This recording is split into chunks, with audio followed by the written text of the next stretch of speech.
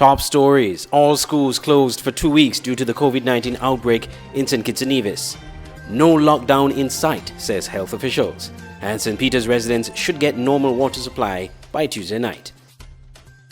Hi, I'm Andre Huey and welcome to this edition of the Skn Newsline Newscast on Channel 95. A curfew has been put in place from 11 p.m. to 5 a.m. daily for the next 2 weeks, starting Tuesday night, announced Prime Minister of St. Kitts and Nevis, Dr. Timothy Harris. In a national address on Tuesday evening, the Prime Minister said the curfew is designed to stem the spread of the virus, which has seen 15 positive cases emerging since last week, after months of little to no cases. In addition to the curfew, the Prime Minister announced other measures, including reduction of passengers on public transportation and the suspension of all contact sports for the next 2 weeks. A curfew will be imposed from 11 p.m.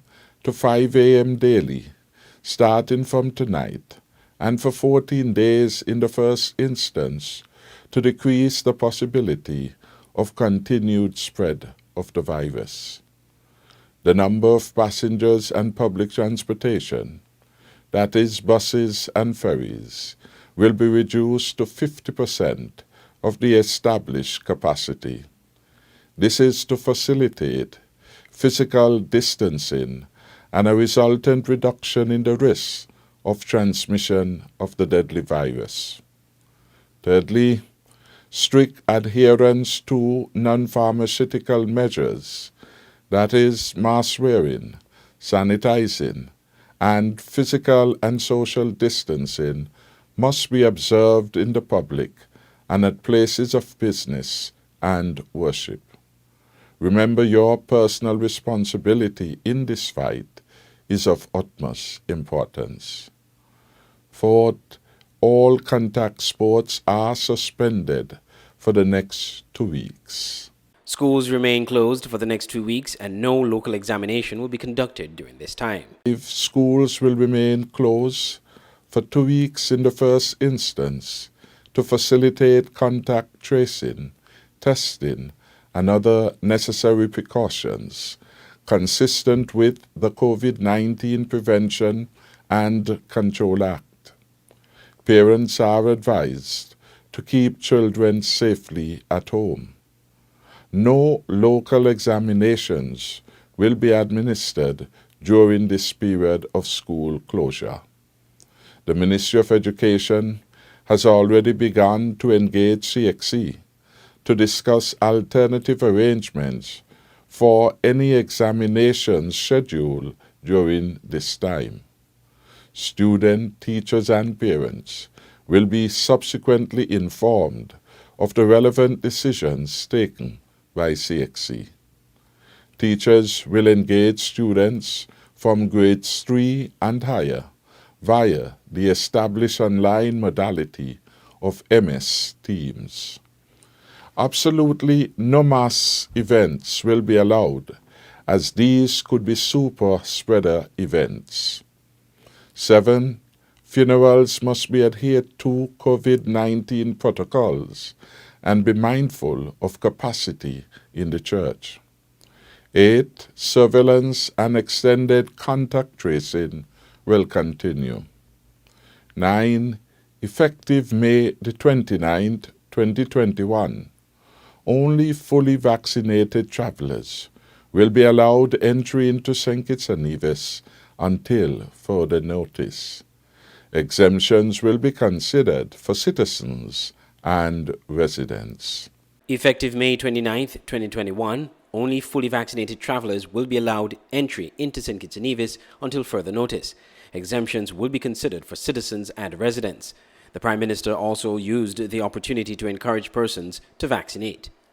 And in the interest of public health, we have extended the hours for administering of vaccines. Health centers will be opened between the hours of 8 a.m. to 6 p.m. in St. Kitts from Monday to Friday, and in Nevis between the hours of 8 a.m. to 4 p.m.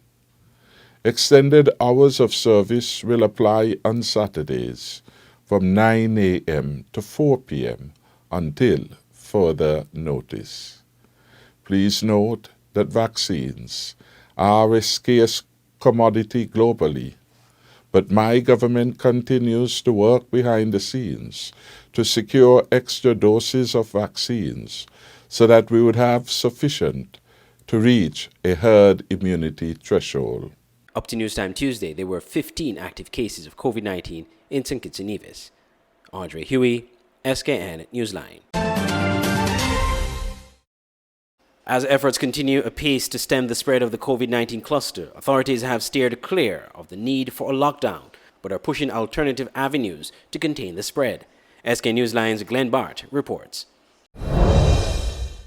The appetite for a lockdown in St. Kitts and Nevis is not appealing at this time given the economic consequences. Rather, health authorities are pushing harder than ever to get more people vaccinated. When community spread began on St. Kitts, locking down the country was not on the table, according to Mr. Abdir Samuel, head of the COVID-19 National Task Force. Instead, Chief Medical Officer Dr. Hazel Laws informed of an aggressive contact tracing process to contain the spread as quickly as possible and of shutting all schools temporarily. Authorities at the forefront in the pandemic fight have been focusing on control measures and on an ongoing plea for residents in the Federation to be vaccinated. We can take some reassurance that the processes and systems we have in place to detect infections early and to deal with them are working effectively in St. Kitts and Nevis. Our testing process is working. This means we can quickly identify who may be carrying the virus. The Ministry of Health continues its robust contact tracing exercise, which began on Wednesday, May 19, 2021. And we will continually update you as the situation unfolds. The aim is to break the chains of transmission of the COVID-19 virus. The good news now is that we are no longer defenseless in this fight. We have a vaccine that is safe and effective against this deadly virus. The evidence has shown that the virus remains a clear and present danger to communities with low vaccination rates. The more of us who roll up our sleeves and get vaccinated is the more protected we will be individually and collectively. Over the holiday weekend, residents had the opportunity to get vaccinated at health centers in the Federation that were open over the weekend. Glenn Bart reporting for Skn Newsline. All schools in the Federation are closed for 2 weeks due to the COVID-19 outbreak in St. Kitts and Nevis. More in this report. All schools in the Federation, public and private, are closed effective Tuesday, May 25th for 2 weeks in an effort to contain the spread of the COVID-19 virus. The Ministry of Education and the Ministry of Health in a press release said on Tuesday that all public and private schools in St. Kitts and Nevis at the early childhood, primary and secondary levels are physically closed for the next 2 weeks effective Tuesday, May 25th, 2021 until Tuesday, June 8th. This followed the decision to close the Sandy Point Primary School based on results of the rigid contact tracing efforts of the COVID-19 task force. Permanent Secretary in the Ministry of Education, Vincent Hodge, had said at the press conference on Sunday that the school was equipped to continue studies during the 2-week closure. We have already met with the persons in the Management Information Unit, the EMIS, and the Curriculum Development Unit, who will guide that. Now, we know that not every child may have a device, or every teacher for that matter, but some cell phones would be able to be used for this particular purpose. Teachers have had some training in online instruction as well as using Zoom. The ministry designated platform is Microsoft Teams. Teachers have had training, students have been exposed to this, and that is one of the schools where all the students are actually registered to be online with their passwords and so on. So we would activate that, that school's platform for them to be able to get some instruction. On May 24th, the Federation recorded 6 new cases of COVID-19, bringing the total number of confirmed cases to 60. 45 have fully recovered and 15 are active cases. I'm Andre Huey, reporting for Skn Newsline. When we come back, Nevis gets another historic breakthrough as a new movie arrangement is revealed. Elliot's Funeral Parlor is the first licensed embalmer in the Federation of St. Kitts and Nevis. We have a friendly and professional staff. At Elliot's Funeral Parlor, we offer a wide range of packages from $6,500. Homegoing service at chapel, locally made caskets, tailoring of outfit for deceased of your choice, wake, overnight with slideshow, funeral, death announcement, obituary, booklets, family pin-ons, memorial books, preparation of funeral arrangements, wreath, fresh and artificial. For further information, call 469-3298, 664-2007 or 660-0186. Elliot's Funeral Parlor in Gingerland, Nevis. Dedicated to those we serve.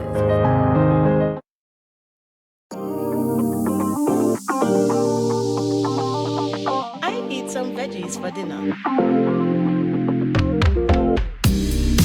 Let me just check the amount of sodium in this can. Oh no, this is too much. Let me try our next option. They did say it's healthy to consume less salt. This is much better. I am salt smart.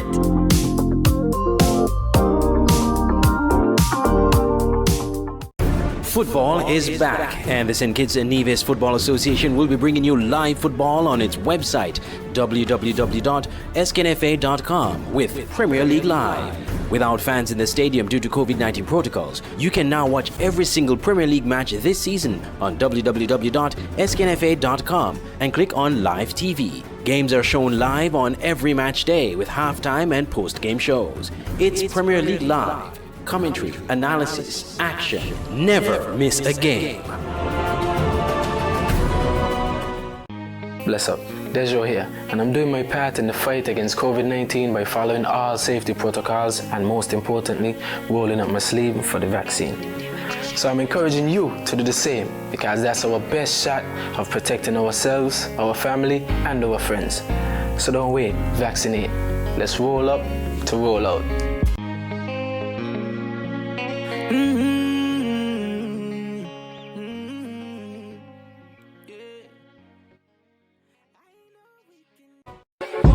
Auto Plus Car Wash, located on the College Street Gut, Bastyr, St. Kitts. Bring your car to Auto Plus Car Wash to remove water stains, wiper marks. Get your doors, roof panel cleaned, seat floor mats, buffing, headlights, and engine wash. You get quality service at the best price at Auto Plus Car Wash. They really care for your car. Call 765-5140 or visit them on the College Street Gut, Bastyr, St. Kitts. Auto Plus Car Wash, where the service is number one.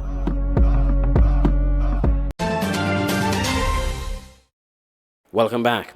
Residents of St. Peter's who had to endure low water pressure and in some cases no water can hopefully breathe a sigh of relief as water supply was expected to return on Tuesday night. More in this report. Residents of St. Peter's were either without water or had to contend with low water pressure during the latter days of last week into this week. One resident told Skn Newsline that they did not have normal water pressure for more than 5 days, dating back to last Wednesday. The pressure is down to a trickle, the resident said. Skn Newsline visited St. Peter's on Monday and noted that the water pressure at one of the community standpipes at the entrance of Carifesta Village was much lower than normal. Another standpipe further up the road seems inoperable. Skn Newsline reached out to Minister of Public Works, Deputy Prime Minister Sean Richards, who was in a meeting at the time, but he shared this flyer with us, which said the Water Services Department is continuing maintenance work in the St. Peter's area on Tuesday, May 25th. The flyer added that they anticipate the work will be completed around 4 p.m. on Tuesday, but it would take several hours for the reservoirs to be refilled. Most persons should have their water supply returned by 10 p.m. Tuesday night, the flyer said. The Water Services Department said it regrets any inconvenience of this interruption in service. Skn Newsline spoke to Director of the Public Works Department, Mr. Cromwell Williams, who confirmed that residents should get water by 10 p.m. tonight. He said the work was being done close to the reservoir in the St. Peter's area, adjacent the entrance to Monkey Hill. We expect that once we complete this work, as we said, around 4 o'clock, and we start filling back up the system, It will take a while, especially for persons at the higher end, but we are hoping that by tonight and certainly into tomorrow, we expect that everybody should have water. Mr. Williams noted that they had noticed some issues with the water supply in the area, hence the work which was being done, which started on Monday and was expected to be completed on Tuesday. Asked about the water supply issues that some reported as recently as last week, Mr. Williams suggested this could be due to water rationing, which has become necessary due to drought-like conditions affecting the country. We are in the midst of a very dry spell, which we have circulated that information for public consumption, and so we don't want persons ever to lose sight of that fact. Now, once that happens, it means that we have to respond by trying to balance out what supplies we have. So we want to make sure that persons are aware. At the end of the day, the root cause is the fact that we are suffering from seriously diminished supplies. Mr. Williams said one of the main pumps from the well serving St. Peter's had some mechanical issues, which in part led to the low water supply to the community. This led to the department to do adaptation work to the system, which began on Monday. Andre Huey, Skn Newsline. Nevis gets another historic breakthrough as a new movie arrangement is revealed. Premier Mark Brantley announced on 25th May 2021 that Nevis Island Administration signed an agreement with MSR Media that covers a 3-year period for making movies on Nevis. During his press conference, he said the agreement calls for a minimum of 2 to 3 films per year by the UK-based MSR Media, which completed 2 contracted films 1 year off, a comedy, and The Assailant, a thriller. Premier Brantley said the NIA is committed to developing the film industry, indicating that the new deal will benefit both islands in the Federation and will provide an important boost for the economy that has been impacted by the COVID-19 pandemic. And so today, members of the press, I am pleased to announce that the NIA and MSR Media, late last week, concluded an agreement which will now run over the next 3 years. And that agreement is to produce between 3 and 6 films per year over the next 3 years. And I believe that starting where we started, from just 2 films, to now a long-term agreement, 3-year agreement, to produce 3 to 6 films per year over the next 3 years, right here on the island of Nevis, is incredible news for our people. Along the way, MSR is advising that their staff complement is now up to 80 in terms of crew and support. That on each film, they are using local actors as extras. And that as part of this agreement, the Acting Academy, which they started, will continue to offer acting lessons to those on St. Kitts and Nevis who have the acting bug and who would be interested in acting in movies. In fact, I am pleased to say that on the last movie that they made to satisfy their contractual obligation, that movie being the thriller Assailant, that some 7 persons resident right here in Nevis and St. Kitts were able to find roles in that particular movie. MSR Media announced that the production of a romantic comedy called 2 Weeks in Paradise will begin early in June. Glenn Bart reporting for Skn Newsline. When we come back, regional news. The Skn Newsline website now offers you more news. Log on to www.sknnewsline.com for local, regional, and international news. You can also watch the latest newscast and keep abreast with news in sports. All from sknnewsline.com. That's www.sknnewsline.com. News at your fingertips. You know, it's me, Mr. HE, and I'm here with one message. Roll up to roll out. We all know how difficult things have been during this COVID-19 pandemic. While we continue to wash our hands, wear a face mask, and practice social distancing, how about we take it one step further and get vaccinated? Call the nearest health center to find out if you are eligible to be vaccinated. Or you can contact the Ministry of Health at any one of these numbers down below. Don't be discouraged by the negativity. We all have a role to play in protecting this federation. So, St. Kitts and Nevis, let's roll up to roll out.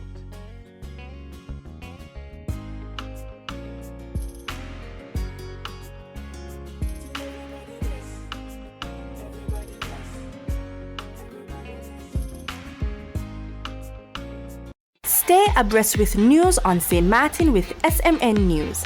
Visit www.smn-news.com for up-to-date news, scoops, opinions, and hard-hitting facts. SMN News, we tell it like it is. Visit our website www.smn-news.com. It's the new and improved Skn Newsline Android mobile app. With the Skn Newsline app, you can watch your news reports, the Skn Newsline Newscast, sports, special features, and so much more. You can also send us a WhatsApp or call us directly. Go in the Google Play Store, search Skn Newsline, and download the app today. The Skn Newsline mobile app. News on the go.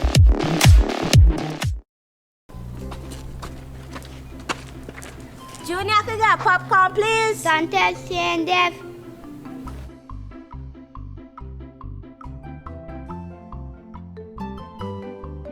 Want them to plead? I can get some salt.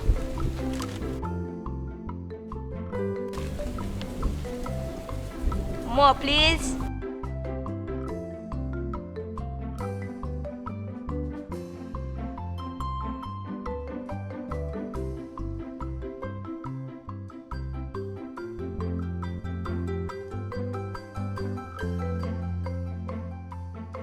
Boy, take your popcorn from Junie.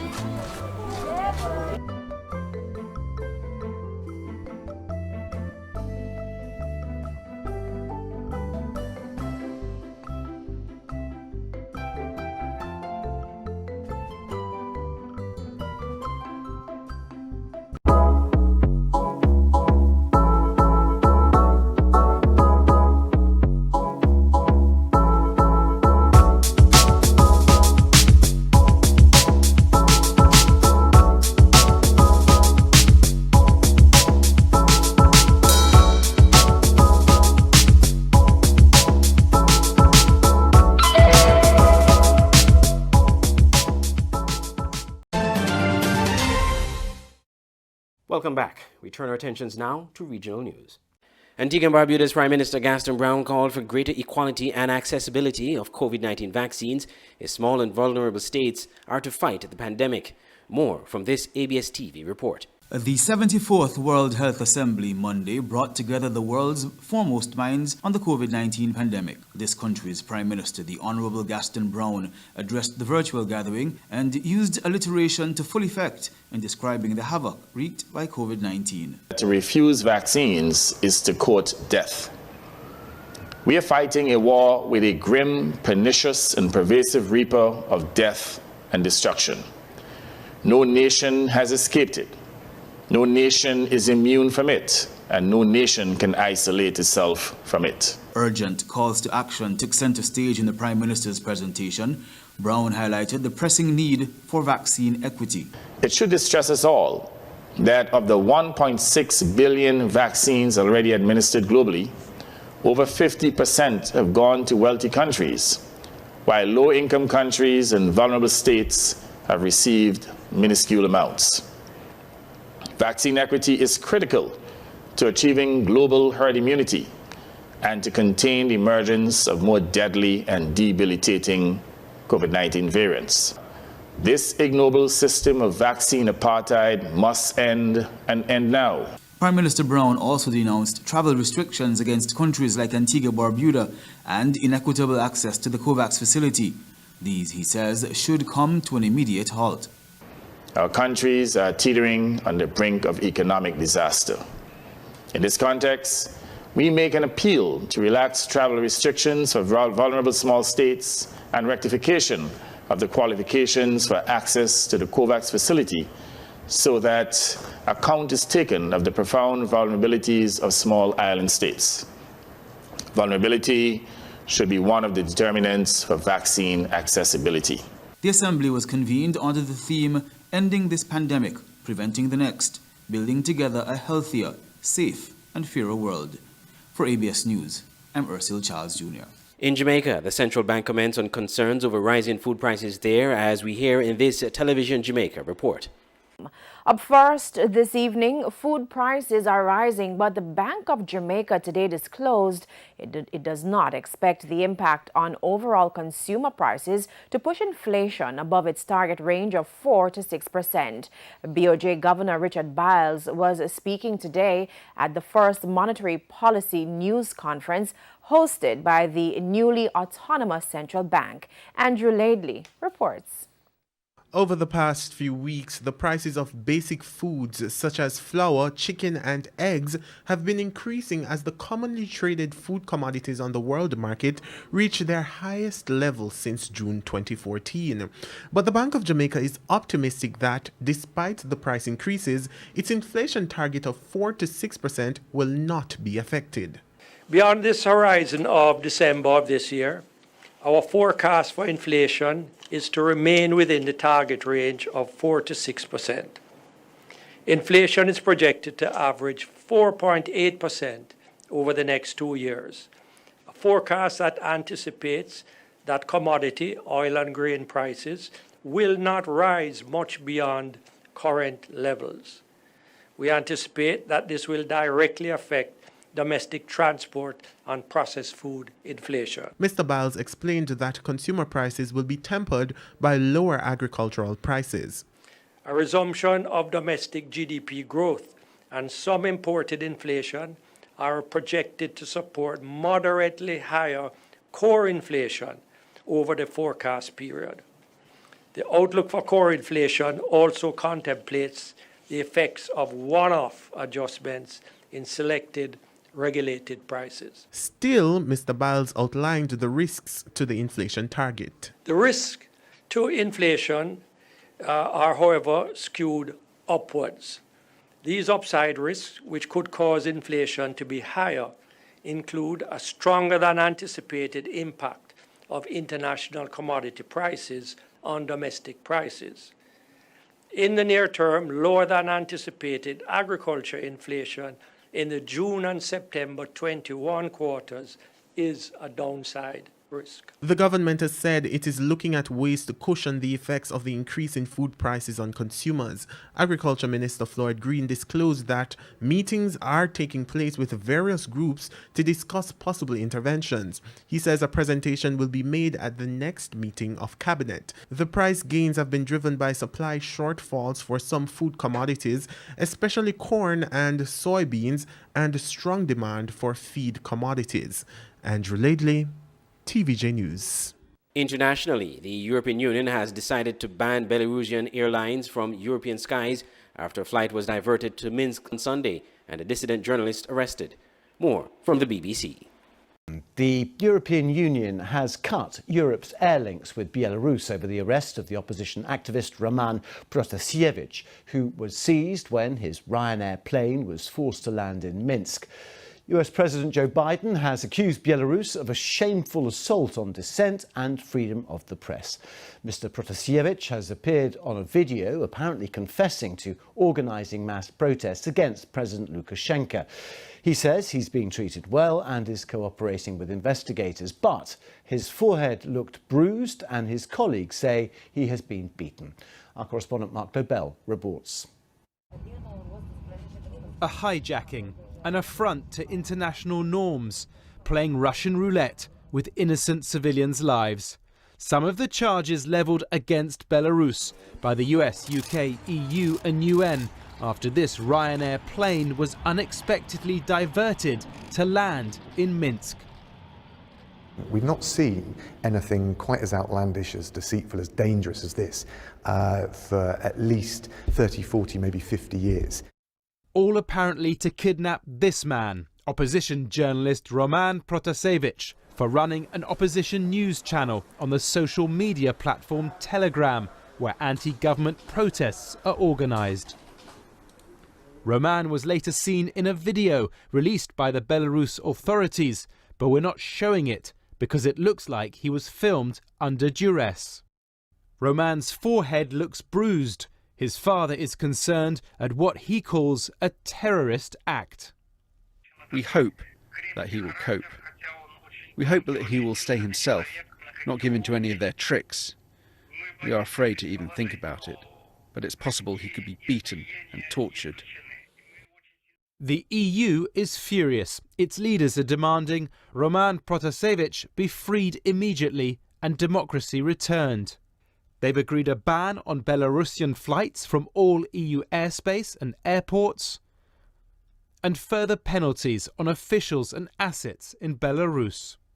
There will be additional sanctions on individuals that are involved in the hijacking, but this time also on businesses and economic entities that are financing this regime.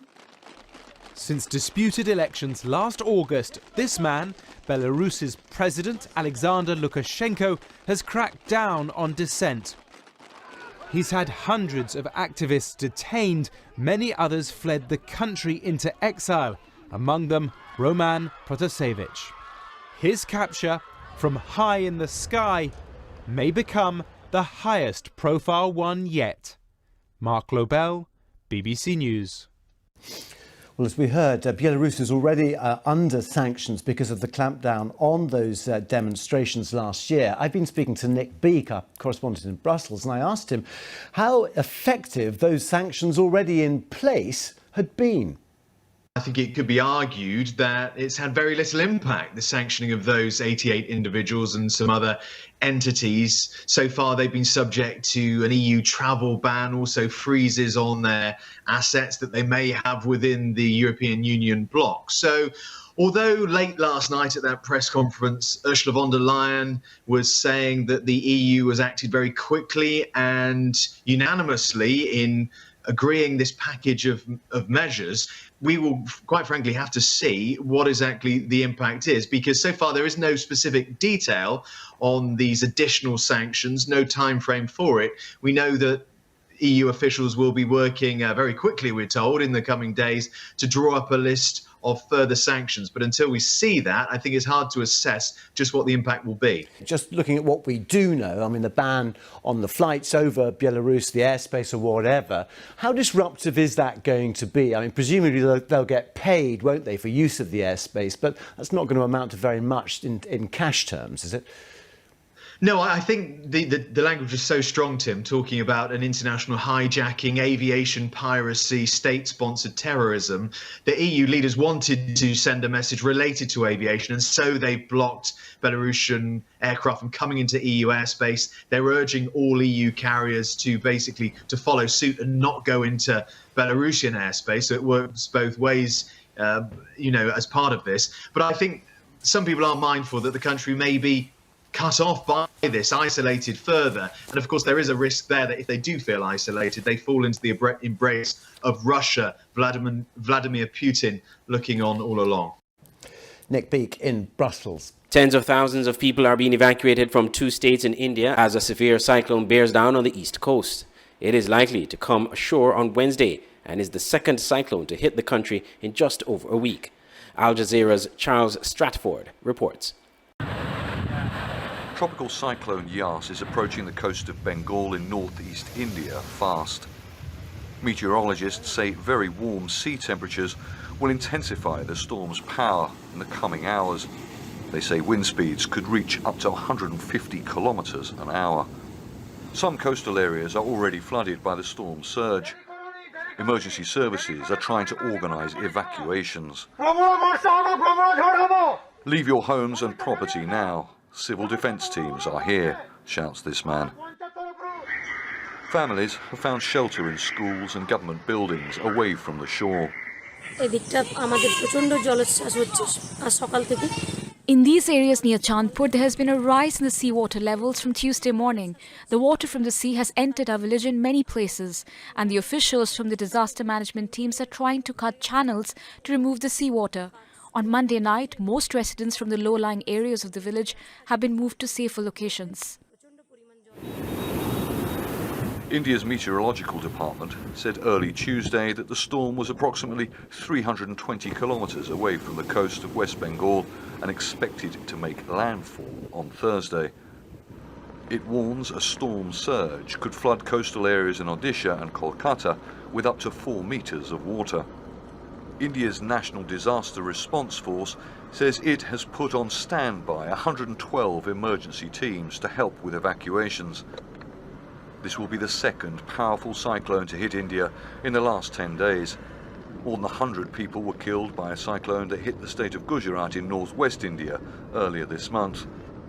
Powerful storms are common during the monsoon season, but safety procedures this year are expected to be especially challenging as India suffers a huge surge in COVID-19 infections. Charles Stratford, Al Jazeera.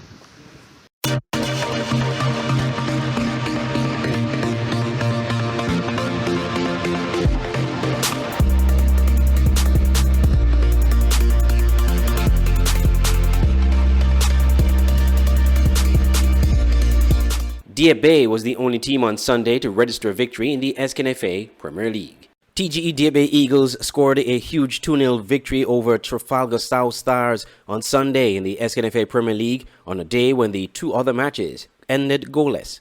Sean Descent scored the first goal for Deer Bay in the 21st minute, and Mariko Cranston added the second in the 34th minute. This victory is crucial in Deer Bay's quest to avoid relegation, as they now have 7 points and have moved up from the bottom of the table, leapfrogging South Stars. Though they are still in the relegation zone behind Bath United on the same points and a game in hand, the victory serves as a moral booster. The commentary team at the SKNFA Premier League Live broadcast provided post-match analysis of that game. But Bath still has a game in hand, a game to play this round. And they have a far better goal difference. Yes. They have a far better one. They conceded so many goals, especially in the first round. So Bath sitting quite well. But you know what happened in the first round, where each of those teams got a point from each other. Because I think how it is. They're able to get a victory from one another. So they end up with 3 points. 3 teams at the bottom end up with 3 points. So South Stars is left in the bottom in the cellar. As indicated earlier, the other 2 matches on Sunday's triple header ended in 0-0 draws. Hobson Enterprises Garden Hotspurs failed to find the back of the net against Flow 4GK and Rockets. Spurs coach Austin Deacon Huggins said the team had to substitute its striker, and as such, they were not able to carry out the game plan. But we had to take off our striker and use a younger guy on the top. But we didn't really materialize what we wanted to do. But hopefully in the future we get it working. We go back to the drawing board and we come again. Coach of Keon, George Yellowman Isaac, said he encouraged his players to play smart and positive football in the second half. Well, first half wasn't too bad, but we just got maintain the shape and maintain the composure. I know the place was warm, and I know some of the guys them was a little bit tired, so we just had to hold out for the rest of the half and see what we could do for the second half. You would have missed a couple of shots in the first half as well. What were some of the things you would have told your team in the locker room coming on to the second half? Well, in the locker room it's just more composure and play smart and play positive football and be confident with yourself and the teammates and continue to work hard and play the way how we custom to play. St. Peter's and SL Horses St. Paul's United also ended 0-0. St. Paul's had 18 attempts on goal with about 4 shots on target, but still were unable to find the back of the net. After both matches, we spoke to the coaches. Anthony Nets Isaacs of St. Peter's was excited during the match despite not getting the victory. I got to be excited. That's a champion team, you know. So once you come up against the champion team, I mean, they play well all the time. So if you come up with a winner or draw, I mean, it's a good thing for you. And what are some of the faults you would say that your team made tonight, which would have hindered you from even scoring against the top team? That's the part, scoring. That's the only thing hinders from winning this game is scoring. I mean, we got score chances and once you get them, you know, because if you don't do that, a team like St. Paul will punish you. Unfortunately, that they didn't get it and get to do it, so we hold out for the one. For coach Iroy Congo Jeffers of St. Paul's, the match was a well-fought game. I think it was a well-fought game. We should not turn out how we wanted it to be. And then in all, we get 1 point is a plus for us. So we're still on the top still. The match between Fastcast Saddlers FC versus Hot Springs Bath United, slated for Saturday afternoon, was postponed upon the request of Saddlers. Only 2 matches were played on Sunday in the Premier League, with Village Superstars the only victors. A last-gasp goal from Joseph Wilkes sealed a dramatic 1-0 victory for Rams Village Superstars over Esgrave Newtown United on Saturday night in the SKNFA Premier League at the Warner Park. The match seemed poised to end 0-0 as both teams battled but failed to find the back of the net. But when a ball was booted into the 18-yard box late on and Newtown defenders failed to clear their lines, Wilkes emerged and rocketed a shot into the roof of the net in the 4th minute of stoppage time, sending his teammates into a wild celebration. Coach Leroy Liebert of Village spoke about the elation of that last-minute win and the effort they gave in the second half to change the direction of the game. Made a few adjustments. We moved a few players in, around in different positions that we thought served our objective well, and it was a keenly contested game. Newtown, there wasn't much difference between both teams. I thought Newtown played a much better first half, we played a much better second half, and we were fortunate in some instances, and in the end we were good enough to get a 1-0 victory. For coach Earl Jones of Newtown, he was obviously disappointed with the loss, but was heartened by his team's performance. Well, for you might say it's a loss, but for me, I think we won. The result of the game was not, you could say, it's not, you could see clearly that the game was favoring us. But that's how the game goes. Who scored the most goals win. That's about it. The commentators were saying even during the game. This is the second match under coach Jones since his return to the club, and some commentators suggest that the team has improved in performance since. Coach Jones said all he did was motivated the players to perform better. Well, I wouldn't say I do much differently. I just put a little more energy in the guys. I mean, the guys, you could see technically we are a really good team. But I believe some of us, we still got to work the mental part of the game, and I could see it's a mental lapse out there tonight, and that's how we go sometimes. I mean, it's tough. It's tough for me, I must say. I'm coming right in the midst of it. But we're down tonight, but we are not out. In Saturday night's other match, Saul Allen Auto Supply's Connery FC drew 1-1 with MFCR United Old Road Jets. The goal from Old Road came in the 9th minute, but just before halftime, Sylvester Keynes equalized in the 45th minute. Old Road struggled all night with injuries, with some of their top players being substituted due to injuries. One such player is Tiquani Williams, the league's leading scorer, who was subbed off early in the first half. Coach Lester Morris comments after the match. First half, I must say that my team there basically was sticking to the game plan, basically just trying to get forward, get into the box and looking for the shots, and that I thought we was equal to it. That is how we got the first goal. I thought after we got the first goal, we tend to sit back a bit too much rather than continuing what we were doing earlier clock and driving the offense, pushing towards them. And I think after a while, as you can see, the injuries really started getting to us, and because of that we had to make a lot of substitutions, put guys in some unusual positions, and that is what basically may have made some of the differences tonight. For Connery Club President Delwyn Delaney, the match was a tough one, but they prevailed. We thought that we could have gotten that equalizer a bit earlier. That might have given us a little momentum going into getting our second goal, but because we had that break, that halftime break, that would have probably allowed Old Road to regroup a bit, so that's why we couldn't really push for that second goal, and then we had to jump start again at the start of the second half. But nonetheless, a very hard-fought game. Both of us are fairly close in the tables, and it showed tonight. Old Road played a good game. They had some unfortunate injuries. I hope the guys, I wish them well and a speedy recovery. But nonetheless, I think we would have not played our best game, and we definitely have to go back on the training pitch and work on some things. All the Premier League matches on the weekend were broadcast on the SKNFA Facebook page and at the website www.sknfa.com. In a related story, due to the current COVID-19 outbreak in the Federation, the St. Kitts Nevis Football Association Competitions Committee has postponed all league matches for a period of 2 weeks. The leagues will resume as per the following dates: Reserve League on Monday, June 7th, Division 1 on Tuesday, June 8th, the Keith Gums Under-17 League Tuesday, June 8th, Elvis Star Brown Women's League on Thursday, June 10th, the Premier League on Friday, June 11th, and the Under-13 and Under-15 Leagues on Saturday, June 12th. The St. Kitts Nevis Football Association encourages all its member clubs to make use of the preventative and precautionary measures which are necessary to combat the spread of the coronavirus. This has been the Skn Newsline Newscast on Channel 95. If you want more on these stories, you can visit our website at www.sknnewsline.com. From all of us here at Skn Newsline, I'm Andre Huey. Thank you for watching.